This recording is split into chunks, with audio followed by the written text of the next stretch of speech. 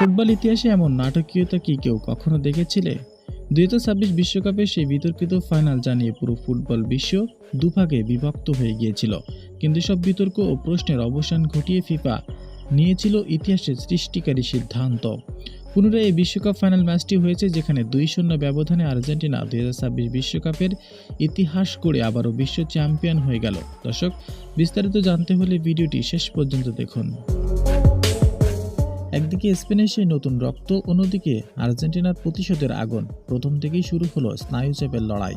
আগের ম্যাচের বিতর্কিত, যেখানে আর্জেন্টিনাকে আরও বেশি ক্ষুধার্ত করে তুলেছিল, যেখানে স্পেন চেষ্টা করেছিল নিজেদের শ্রেষ্ঠত্ব বজায় রাখতে, কিন্তু যার নাম লিওনেল মেসি, গল্প তো শেষ পর্যন্ত তাকেই লিখতে হয়। ম্যাচের জটিল মুহূর্তেই ভাঙলেন তিনি নিজেই। প্রথম গোলেই যেন ধসে পড়ল স্পেনের সব পরিকল্পনা, আর দ্বিতীয়ার্ধে স্প্যানিশ ডিফেন্সকে সারকার করে দিয়ে মেসির সেই আইকনিক ফিনিশিং চোরা গোলে 2-0 ব্যবধানে একাই ধসিয়ে দিল স্পেনকে।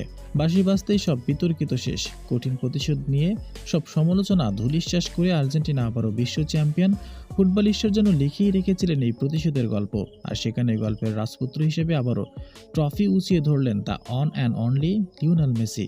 আর্জেন্টিনা বনাম স্পেনের এই ফাইনাল ম্যাচটি পুনরায় যদি আবারও নতুন করে প্রত্যাবর্তনের গল্প লিখতে পারত লিওনেল মেসি, তাহলে আপনার কাছে কেমন লাগতো? জানিয়ে দিবেন আপনার মূল্যবান মতামতটি। ধন্যবাদ।